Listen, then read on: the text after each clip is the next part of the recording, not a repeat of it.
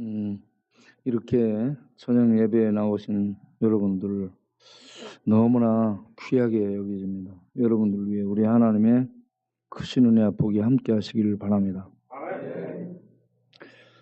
우리 형제들 중에 어죽이 힘들면 한강에서 뛰어내려서 자살을 하려고 하고, 또 한 친구는 5층에서 뛰어내렸다고, 맨 땅으로. 5층에서 맨 땅으로 뛰어내렸는데 안 죽고 허리만 다쳤다고 그러는. 그리고 맨 땅에 해병한 거죠.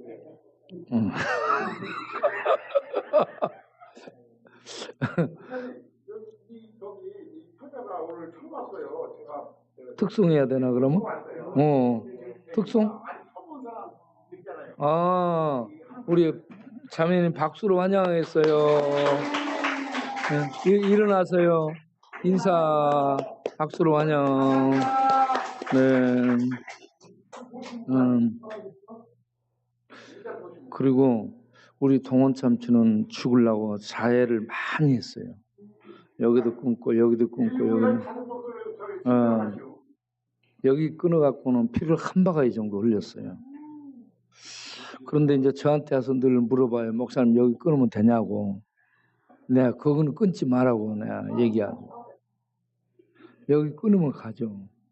그리고 여러분들 중에 술 마시고 자기가 자살은 못하겠으니까 술 마시고 죽여야 되겠다 해서 술로 자기를 죽이는 그런 사람들도 있고 그렇습니다. 그리고 또 잘 이렇게 참는 듯 하다가 몇 달쯤 잘해. 그러다가 또 넘어져서 이렇게 마시고 또 쓰러지고 이런 일이 반복되는 그러한 상황을 보는데 우리 하나님이 도우시고 힘을 주셔서 여러분 모두 이겨내시기를 바랍니다. 오늘 저녁에 느헤미야 2장을 읽었을 텐데 느헤미야 2장을 보게 되면 느헤미야가 왕 앞에 은혜를 받게 되는 장면이 나옵니다. 1장에서 조국을 생각하고 무너진 성벽, 해파된 성문, 또 이 불타버린 성전 이러한 것들을 보면서 소식을 듣고 느헤미야가 금식하며 웁니다. 그리고 기도가 깊어지면서 조상들의 죄를 자기의 죄로 전부 고백해요. 그리고 하나님께 어떻게 하든지 이걸 다시 일으켜 세울 수 있는 길을 열어달라고 기도를 하게 됩니다. 이 기도를 석 달 가까이 하게 됩니다. 석 달 가까이. 그렇게 해서 1장 마지막에 보면 하나님께 은혜를 입게 되었더라라고 얘기합니다. 여러분 기도를 하면 하나님께 은혜를 입게 되는데 하나님께 입은 은혜는 사람들을 통해서 전달이 되는 겁니다. 우리 2장 들어가면서 이제 왕 앞에 은혜를 입게 되죠. 당시 이 왕이 아닥사스다 왕입니다. 페르시아의 아닥사스다 왕이 다스리는 때가 언제냐? 지금 2장이 시작되는 때가 기원전 444년. 니산월은 첫 달을 얘기합니다. 아닥사스다 왕이 20년 새 첫 달, 시작되는 첫 달. 이때가 이 느헤미야가 기도한 지 넉 달째 되는 기도를 시작해서 이듬해 1월이 됐으니까 이 넉 달째 되는 그러한 때가 됐습니다. 예. 예.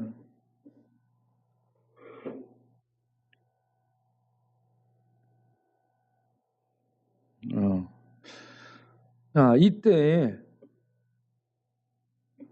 이 느헤미야가 왕 앞에서 왕이 식사를 할 때에 왕과 왕후가 앉아서 식사를 합니다. 페르시아 왕들, 파사 왕들은 큰 연회를 많이 열었어요. 제국이 크기 때문에. 그런데 이때는 왕과 왕후가 조촐하게 식사를 하고 있는 이러한 때에 큰 대연회가 베풀어질 때도 느헤미야는 왕의 비서로 옆에서 왕에게 누가 음식에 독을 치면은 안 되잖아. 그러니까 그걸 관장해서 왕의 생명을 보호하는 이런 중요한 직책을 수행하는 그런 사람이었죠. 그런데 큰 연회뿐만이 아니라 이렇게 조촐하게 왕과 왕후가 식사하고 있는 이러한 때도 그때도 옆에서 이 술을 따라주는 그만큼 왕에게 신뢰를 받고 왕의 신임을 얻고 있는 이러한 사람이었습니다. 그런데 그렇게 술을 따라주는데 느헤미야 얼굴에 수심이 이렇게 보였어요. 여러분, 이거는 문제가 되는 일입니다. 수심이 보였다는 것은요, 왕 앞에서 어떤 근심이 있더라도 왕을 섬기는 이 신하들은 전부 웃고 기뻐하며 분위기를 화기애애하게 만들어야 돼요. 그리고 왕 앞에 근심이 있거나 슬퍼 보이거나 그거는 죄에 해당됩니다. 분위기를 깨뜨리는. 그런데 수심이 있어 보여가지고 왕이 묻습니다. 아니 너 병이 없는데 건강한데 너 얼굴에 수심이 가득한 거 보니 너에게 무슨 마음에 근심 걱정이 있는 것이 틀림없구나. 무슨 근심 걱정이 있느냐 하고 묻는 겁니다. 그러니까 왕 앞에서 느헤미야가 마음을 들킨 거예요. 사람의 마음이 슬픔이 있으면 얼굴에 나타나고 속에 분노가 있고 화가 있으면 얼굴에 나타나고 기쁨이 있으면 얼굴에 기쁨이 나타납니다. 그런데 느헤미야는 지금 조국을 생각하니까 마음이 기쁠 수가 없고 이거 늘 기도하면서 생각하니 슬플 수밖에 없는 거예요. 예. 그래서 근심이 슬픔이 나타나게 된 것입니다. 그래 이제 들키게 되니까 느헤미야가 옛날 황제 앞에 신하들이 어떤 뭔 인사를 하거나 말을 할 때는 이렇게 하잖아요. 왕께 만세 만세 만만세 왕이여 만세수를 하옵소서 이렇게 왕에게 인사를 먼저 해야 됩니다. 그 법도를 따라서 그러한 인사를 하는 거예요. 인사를 하고 나서 사실을 얘기합니다. 내 조상들의 묘실이 있는 성읍이 여기서 지혜롭게 말을 돌리고 있습니다. 예루살렘 성이라고 탁 얘기하지 않고 내 조상들의 묘실이 있는 성읍이라고 말을 약간 돌려서 하는 이 말의 지혜를 쓰고 있습니다. 여러분 말의 지혜가 필요합니다. 느헤미야가 기도를 많이 하는 사람이고 신앙이 깊은 사람이라 왕에게 예의도 절차를 따라서 그대로 잘 나타내고 왕 앞에 얘기할 때도 굉장히 지혜롭게 얘기를 합니다.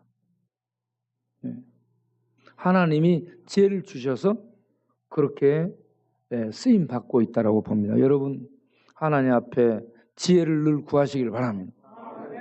말을 할 때도 은혜롭고 지혜롭게 이렇게 말을 할 수 있도록 하나님이여 은혜를 주시고 내 입술에 은혜를 주시고 마음에 은혜를 주시고 생각에 은혜를 주옵소서 기도를 늘 하셔야 돼요. 그래서 이 왕이 질문하니까 느헤미야가 상황을 얘기합니다. 내 조상들의 묘실 있는 성읍이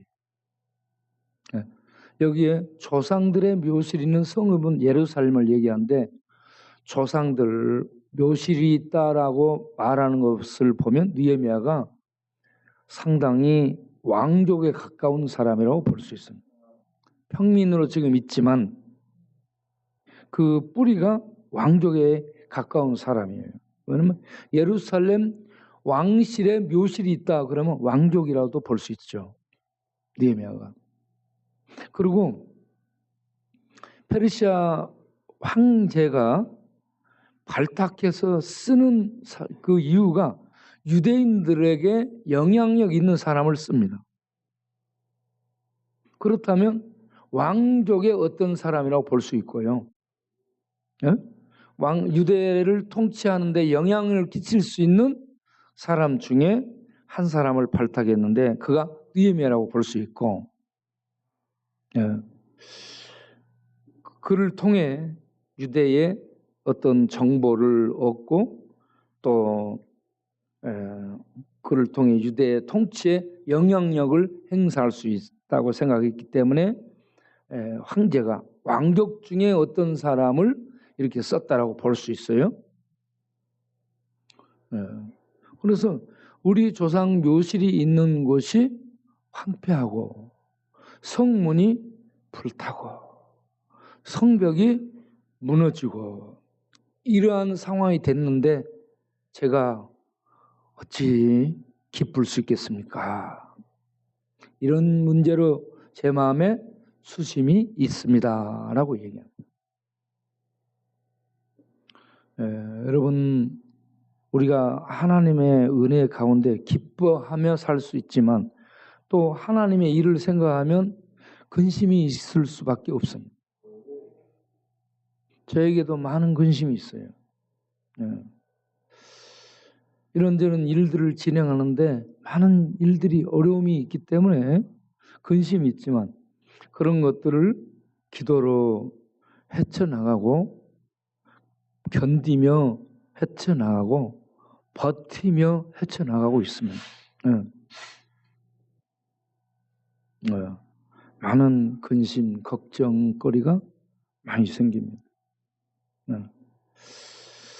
그런데 하나님께서 은혜를 베푸셔서 늘 어려운 일들을 해결하며 지금까지 올 수 있도록 인도해 주셨습니다. 여러분 그래서 우리는 하나님을 의지하고 기도하는 길밖에 없다. 느헤미야가 지금 그런 상황에서 기도하는 길밖에 없어요. 기도했더니 왕에게 은혜를 입게 되는 겁니다. 이스라엘 백성이 노예 민족으로 있다가 기도했더니 하나님이 모세를 보내서 이스라엘 구원하듯이 지금 느헤미야가 이런 기가 막힌 상황을 놓고 기도했더니 왕에게 은혜를 받게 하고 있다. 기도하면 하나님은 그 기도를 들으시고 은혜를 베푸신다. 그 다음 보겠습니다. 왕이 묻습니다. 그럼 네가 무엇을 원하냐? 필요한 거 있으면 얘기해라. 이렇게 왕이 순수하게 나오잖아요. 그러니까 유대 민족으로서 느헤미야가 얼마나 왕에게 신임을 얻을 수 있는 그런 사람이 되었는가 하는 걸 알 수 있죠. 여러분 사람이 믿을 수 있는 신임을 얻을 수 있는 그런 사람이 돼야 됩니다. 예를 들어서 우리 단톡에도 털털난 거로 지 맘대로 자기 멋을 표현하고 지 맘대로 또 나가. 그러고 자기는 잘못을 몰라요. 예. 참, 그렇게 하면서 얼마나 다른 사람들을 힘들게 하는데, 그러면서 본인은 몰라. 본인은 잘못한 게 없는 거야. 아, 참, 안타까운 사람이 있어요. 예. 내가 무엇을 원하느냐. 그럴 때, 우리가 하늘의 하나님께 묵도했다. 이거는 왕이 지금 물어보고 있잖아요. 왕이 물어보고 있는 이때에 성급하게 말을 팍 내지 않고 먼저 하나님께 속으로 기도하는 거예요. 묵도했다는 것은 주여 도우소서 하나님께 기도하는 거예요. 마음속으로 하나님께 기도하고 말을 하는 겁니다. 이게 굉장히 중요한데, 이런 것이 평소에 기도로서 쭉 신앙생활을 해온 사람에게서 나오는 자세입니다. 예, 이성적 판단으로 뭐 하는 것이 아니라 기도하고 하나님 의지해서 얘기합니다. 네. 그 다음을 보겠어요. 묵도하고 나서 왕에게 대답을 합니다. 왕이시여, 만일 왕께서 좋게 여기시고 이 종이 왕의 목전에 은혜를 얻었사오면 나를 유다 땅 나의 조상들의 묘실이 있는 성읍에 보내어서 그 성을 다시 건축할 수 있도록 도와주소서. 이렇게 요청을 하는 겁니다.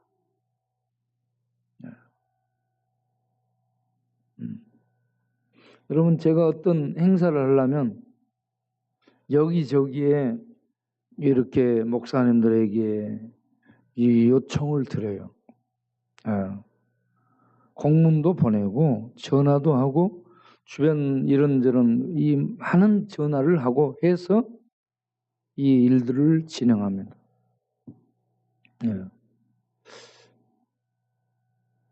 우리 성도님들이 돈을 낼 수 있는 상황이 아니고, 여러분들이 주 성도인데 우리 주 성도가 되는 여러분도 돈을 낼 수 있는 그런 상황이 못 되고, 그렇기 때문에 우리가 어떤 행사를 하려면 다른 외부의 도움을 구해야 됩니다. 도움을 구하는데 제가 기도하고 여러분과 같이 기도하고 이 공문을 만들고 내용들을 이렇게 사람들을 통해 전달합니다.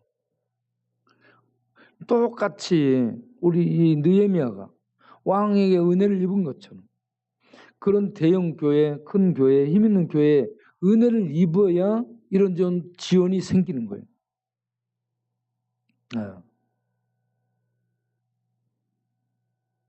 그래서 여러분 이런 일을 할 때 자존심을 다 내려놓고 이런 일을 하는 겁니다. 여러분 어떤 자존심이 있어 보세요. 그런 일을 못 하는 겁니다.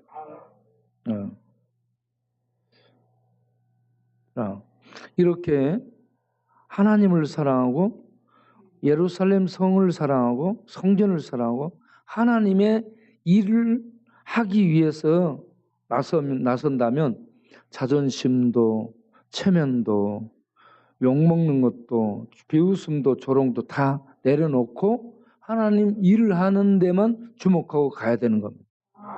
이런저런 인간적인 감정들을 생각하게 되면 제가 못하죠.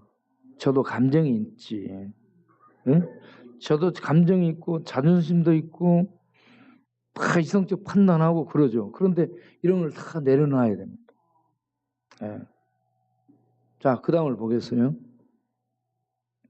그때 왕후도 옆에 앉아 있었다. 여러분, 여자들의 입김이 얼마나 무섭습니까? 지금 우리나라 대통령 옆에 같이 다니는 어떤 여사분 있잖아. 늘 그분이 말썽이 많이 생겼잖아요. 옆에 이 같이 있는 분이 부정적으로요. 아니 지금 무슨 소리 하냐고. 안 돼. 이렇게 아니시여 뭐 어쩌면서 이렇게 예? 부정적으로 얘기해 보세요. 못합니다.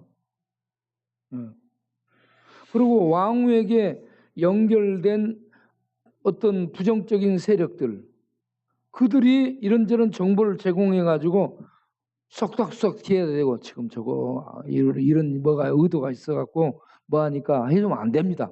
이렇게 얘기하잖아. 그러면 왕이 그거 안 되겠는데 이렇게 얘기할 수 있잖아요. 그러니까 주변에 가까운 사람들의 입김이 얼마나 중요하다는 거. 왕후가 왕 곁에 앉아 있는데 이 입김이 너무 중요하다는 얘기입니다. 그런데 왕후도 아무 말 않고 긍정적으로 돕더라. 이 하나님께서 이렇게 은혜를 베푸신 거예요. 네. 그래가지고 왕후한테도 이제 왕후도 다 긍정하고 도울 마음을 가지고 얘기하라고 이렇게 해서 이제 얘기를 하잖아요. 예, 내가 몇 날 정도 주면은 다녀올 수 있겠느냐? 기간은 어느 정도 주면 좋겠느냐? 물으니까 예, 느헤미야가 기한을 얘기를 하죠. 한 2달 정도로 얘기합니다. 한 2달 정도로 기한을 주시면 제가 충분히 다녀올 수 있겠습니다. 네, 이런 얘기를 하게 됩니다. 네, 지금 이 수산궁에서 일어나고 있는 그러한 얘기인데 이 페르시아 바벨론궁 페르시아가 바벨론을 점령해 가지고 페르시아로 이렇게 통일해서 통치하고 있는 그런 상황이기 때문에 이 바벨론궁 바벨론에서 예루살렘까지 간다. 그러면 몇 달이 걸립니다. 몇 달이. 예. 한 2-3달 이상 걸려요. 그렇게 거리가 멉니다. 예. 그런 곳을 이렇게 다녀오겠다라고 얘기를 하죠.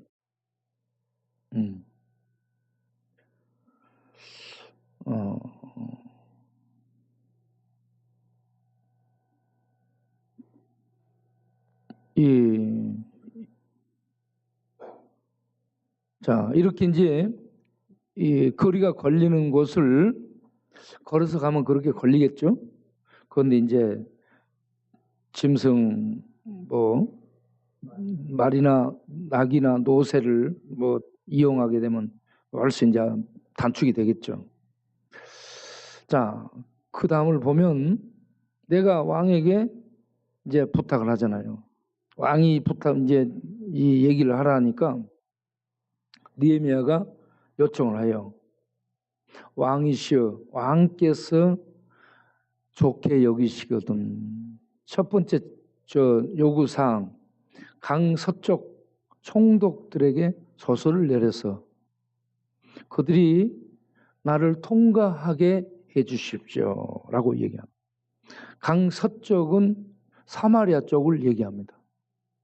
사마리아 쪽에 있는 총독이 산발랏입니다.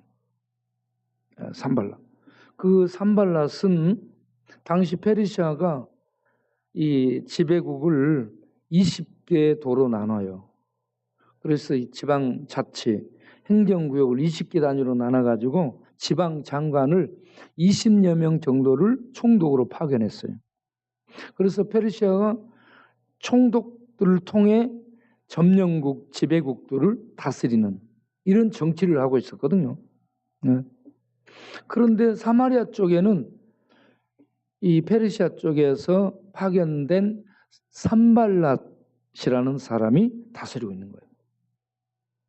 그런데 이 산발랏이 여러모로 마귀짓을 많이 합니다. 마귀짓을 많이 해요. 그래서 이 사람이 안 된다라고 하면 힘들어져요. 못 간다 하면. 그러니까 이 사람에게 통과할 수 있는 허락서, 그걸 왕이 직접 이 통행증 같은 것을 써주시라 이겁니다. 아, 그렇게 하겠다라고 얘기합니다. 두 번째, 8절에 보면 왕의 살림 감독 아삽에게 공문을 내려서 내가 일을 할 수 있는 들보, 제목들, 나무들을 쓸 수 있도록 허락을 해달라고 얘기합니다. 이 왕의 살림은 어떤 곳이냐면 왕이 사냥할 때 외에는 다른 사람 못 들어가도록 감독이 감독하고는 거기에 그렇게 나무를 베고 싶다고 들어가는 데가 아니에요. 들어갈 수 없어. 감독이 감독을 하고 있기 때문에. 그러니까 제가 공사를 하는데 필요한 제목을 감독에게 다 배에서 쓸 수 있도록 허락해 주는 공문을 발송해 달라는 거예요. 그 공문을 달라는 거예요. 그러니까 그것도 허락을 해주는 거예요. 그래서 8절 하반절을 보면 내 하나님의 선한 손이 나를 도우심으로 왕이 이걸 다 허락하고 하나님 앞에 기도했더니 하나님이 왕에게 은혜를 입혀서 왕을 통해 은혜를 받게 하는 겁니다. 그래가지고 요구사항을 다 들어서 허락해 주겠다라고 얘기합니다. 네. 이런 은혜가 이 나라가 망하고 노예로 잡혀간 느헤미야는 망국의 노예하고 비슷한 사람이에요. 그런 힘이 없는 사람인데 하나님의 그를 중요한 왕의 이 생명을 보호하는 술 맡은 관원이 되게 하고 그 직책을 통해서 신임을 얻게 하고 이렇게 기도를 드렸더니 왕에게 은혜를 입게 해서 그가 이런 이 재건을 할 수 있는 이 도움을 왕을 통해 다 받게 되는 이런 하나님의 은혜가 있을 수 없는 일인데 있게 된다는 겁니다. 예. 이런 은혜가 우리에게 있게 되기를 바랍니다. 그런데 왕이 거기에다 구절을 보면 하나 더 해줍니다. 왕이 군대 장관과 마병을 붙여줍니다. 안전하게 보호를 해서 이런저런 마적단, 강도 때 이런 공격을 받아서 죽을 수 있습니다. 여행하다가 옛날에. 그래서 그런 공격으로부터 느헤미야를 안전하게 보호할 수 있도록 장관을 붙이고 병사들을 붙여서 그를 보호하고 수행하도록 해주고 있다. 네. 그래서 하나님이 왕을 통해서 이런 놀라운 은혜를 베풀어 주셨다 하는 거. 우리에게도 기도하면 하나님이 은혜를 베푸시면 안 될 일들이 이렇게 열리게 되는 겁니다. 안 될 일이 열릴 수 있도록 우리는 기도를 해야 됩니다. 머리 써봤자 안 돼요. 머리 써봤자 안 되고 돈 써봤자 안 됩니다. 사람의 줄 이용하는 거 이것도 하나님의 은혜로 가능합니다. 하나님 은혜 베풀면 이렇게 연결이 돼서 되는 겁니다. 그 다음을 보겠습니다. 그런데 이러한 이제 공문을 가지고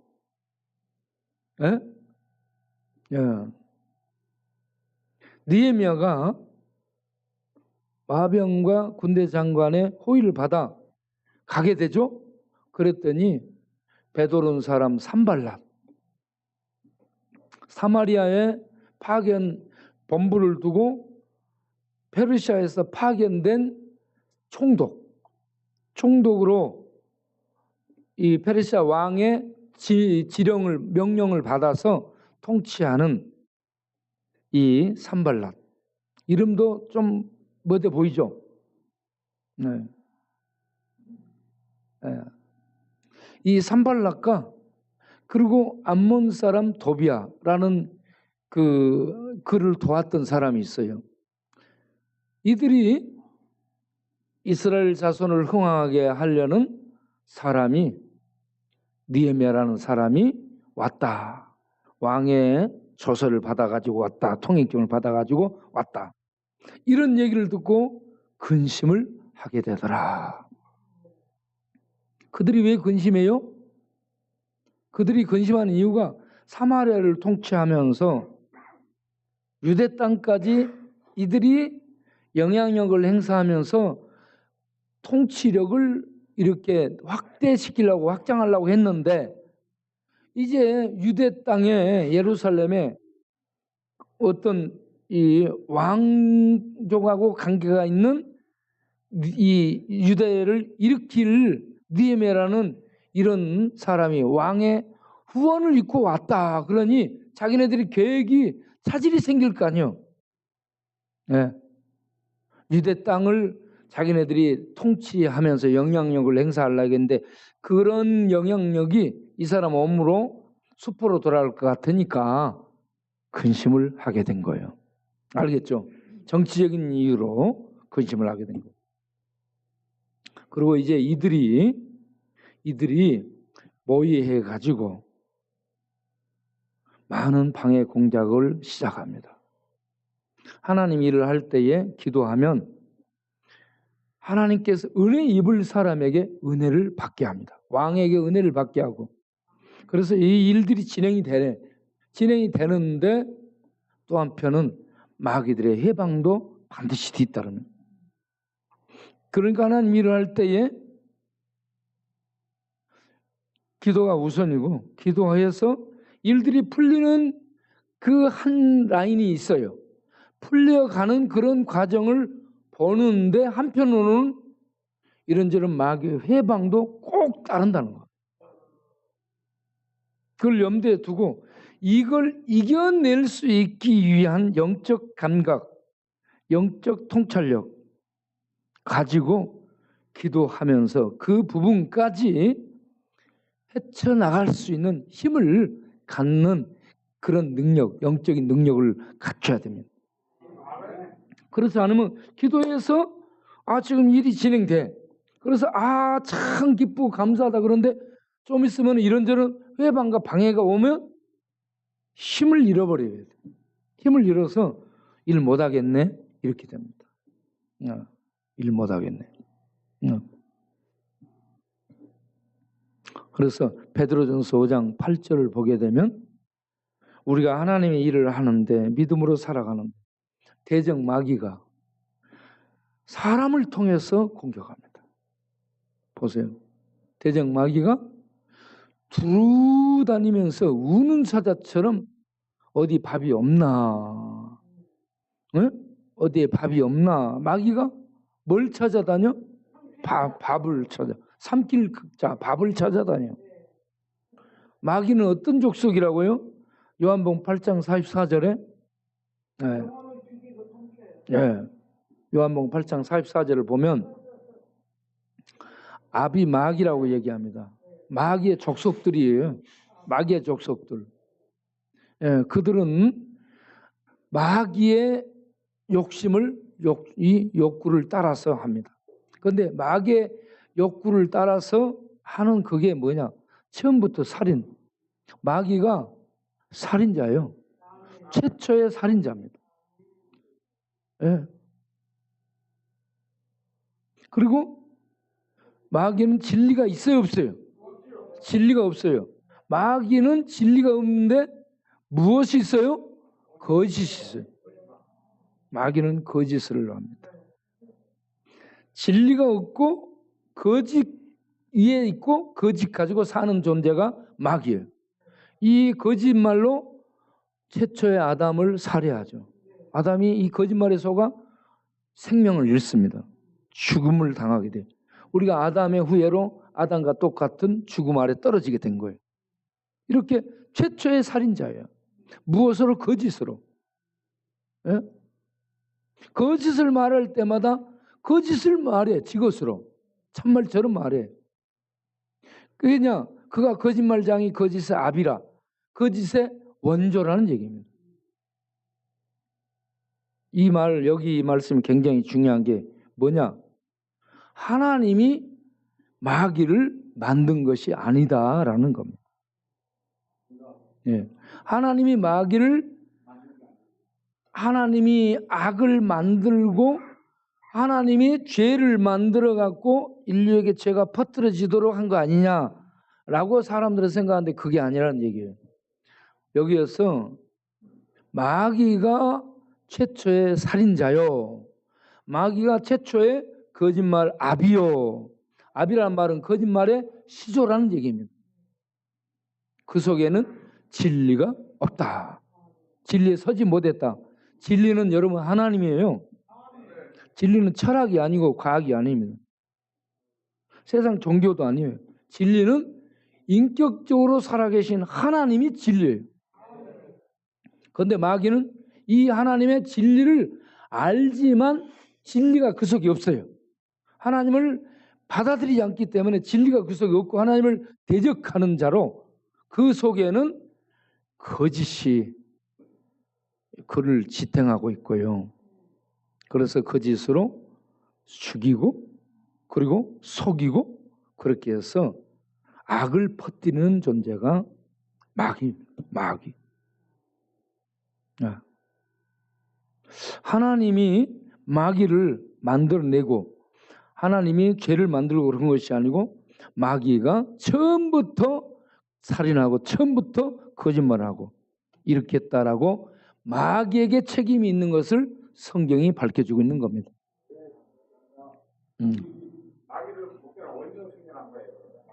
마귀는 하나님의 피조물인데 마귀는 신이 아니에요. 마귀는 피조물인데 이게 스스로 타락한 거예요. 마귀가 스스로 타락해가지고 우리 인간도 처음에 만들어졌을 때에 죄가 없어요. 마귀도 죄가 없었어요. 우리 인간도 죄가 없어요. 처음에. 죄가 없는 존재로 만들어졌죠. 예. 그런데 하나님이 우리에게 자유의지를 주셨죠. 예. 그런데 마귀도 그렇게 하나님이 만든 피조물이고 죄가 없었는데 이게 스스로 타락을 한 거예요. 그래 가지고 하나님을 대적하는 이 원흉이 된 겁니다. 그리고는 아담을 거짓말로 속여서 죄에 빠지게 하고 아담을 타락시켰습니다.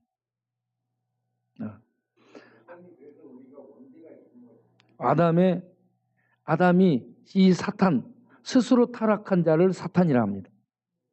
이걸 줄이면 스타예요, 스타. 사탄은 어떤 존재예요? 스타예요, 스타. 별입니다, 별. 그런데 스스로 타락한 자예요, 사탄이. 예. 그러니까 여러분 스타가 되지 마세요.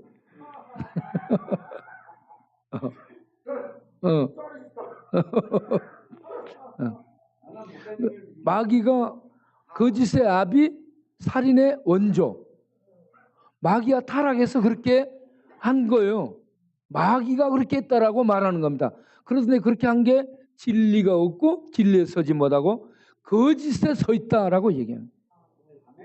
그런데 이게 거짓에 빠져서 죄에 떨어져 사망에 처한 우리 인간을 하나님은 구원하시기 위해서 진리이신 아들을 보냈어요. 예수님은 진리입니다. 진리이신 예수님은 진리이신 하나님으로부터 보냄을 받아가지고 이 땅에 오셔서 진리이신 하나님의 말씀을 그대로 이룬 진리가 됩니다. 예? 그래서 예수님을 믿으면 예수님이 구원의 길이며 구원의 길이 진리이기 때문에 우리가 반석 위에 진리의 반석 위에 서게 되는 겁니다. 세상 사람들은 거짓 위에 서 있는 거예요. 거짓. 거짓은 망하고 무너지는 거예요. 자기를 유지하지 못해. 지켜주지 못해. 진리만이 우리를 지켜줄 수 있습니다. 예. 그래서 예수님이 구원의 길이고 구원의 길인 예수님이 하나님의 진리이시고 하나님의 진리인 그분을 믿고 그 진리에 서게 되면 심판 때에 구원을 받기 때문에 영생을 얻는다는 거예요. 생명을 그래서 얻는 겁니다. 예. 그래서 예수님이 나는 구원의 길이요, 구원의 진리요, 구원의 생명이다라고 말씀한 겁니다. 그런데 이렇게 지금까지 자기 자신을 길이라 진리라 생명이라고 말씀을 하는 사람이 있어요, 없어요? 없습니다. 하나님만이 그렇게 말씀한 거예요. 그래서 C.S. 루이스라는 영국의 옥스퍼드 대학과 또 어디 대학에서 두 대학 유명한 대학이 있어요. 강의를 한 아니 하버드는 미국에 있고 옥스퍼드, 캠브리지 여기에서 강의를 했던 이 C.S. 루이스가 예수님이 내가 신이다, 내가 구원자 그리스도다 라고 얘기한 것에 대해서 이렇게 얘기했습니다. 그분이 미치지 않았으면 신이다. 여기 그렇게 말하는 사람은 미친 사람이 말할 수 있어요. 니체가 미쳐갖고 나중에 토리노 광장에서 춤을 추면서 그가 미쳐갖고 내가 그리스도다. 자기가 신이 없다고 말하는 그가 나중에는 자기가 그리스도다라고 얘기했습니다. 미쳐갖고 말하는 사람이 있고 정말 미치지 않은 그런 자가 얘기한 그가 신이라는 얘기예요. 예수님 미쳤어요, 안 미쳤어요? 안 미쳤잖아. 예수님은 신이라는 얘기입니다.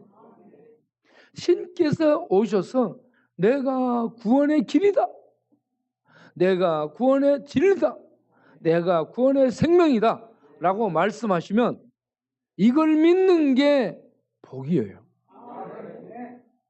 그런데 마귀, 거짓된 마귀에게 잡혀서 이 소리, 이 말씀, 진리 말씀이 안 들려지고 믿어지지 않고 불신하게 된다면 그 사람은 참 불쌍한 인간입니다. 그래서 우리가 세상적으로는 다 망해도 예수를 그리스도로, 예수를 하나님으로 믿어 구원의 길을, 구원의 진리, 구원의 생명의 하나님으로 믿어서 자기를 구원시키는 사람은 가장 똑똑한 자요, 가장 복된 자요, 가장 성공한 사람인 줄로 믿습니다.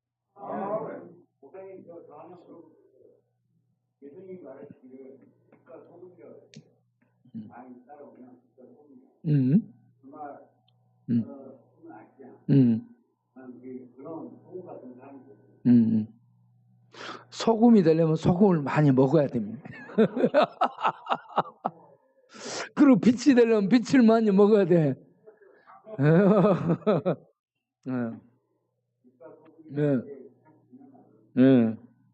그래, 그 말씀이 어디 있냐면 마태복음 5장 13절부터 있습니다. 마태복음 5장 13절에 너희는 세상의 소금이라. 소금이 맛을 잃으면 사람에게 밟힌다.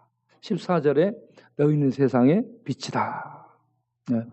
소금의 맛은 하나님 믿는 하나님의 그 맛, 생명의 능력, 하늘의 사랑의 은혜, 그리고 하나님 백성됨의 거룩한 삶, 이러한 것들이 세상에 나타나게 되는 게 소금의 역할이고 세상에 하나님의 영향력을 미치는.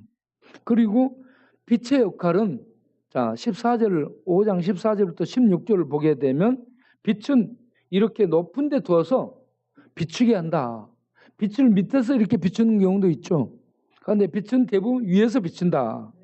그래서 위에서 비치니까 모든 사람들이 본다. 태양을 지구 밑에다 달아놓으면 안 비출 거 아니에요. 위에다 달아놨잖아. 그래서 태양이 쫙 비치잖아. 등불도 다 위에다 달아놓고. 그러니까 너희가 세상의 빛이다. 그러면 너희가 세상을 비추는 등불처럼 달려있다. 비춰야 된다. 그럼 그 비추는 게 뭐냐? 16절 보면 착한 행실, 선한 행실, 바른 행실이다. 이렇게 얘기합니다. 이 빛이 너희 사람 앞에 비치도록 너희 착한 행실을 살아라. 착하게 살아라. 이겁니다. 그렇게 살면 여러분들이 하나님 앞에 영광을 돌리는 귀한 인생이 되는 겁니다. 여러분 전에는 우리가 술 마시고 화랑방탕하고 비틀대고 목적 없이 목표도 없이 의미도 없이 살았지만 이제는 예수님 앞에 와서 예수 믿어 구원의 길 들어섰고 구원의 진리 반석 위에 섰고 구원의 생명을 얻어 그 생명의 삶을 살면서 이 땅에서 빛이 되고 소금이 돼서 세상이 알아주든 안 알아주든 세상이 비웃든 말든 우리는 소금과 빛의 역할을 묵묵히 수행하며 가게 된다면 이게 성공적인 인생입니다. 보람된 인생입니다. 보람된 인생입니다. 예. 우리 모두가 그렇게 되기를 바랍니다.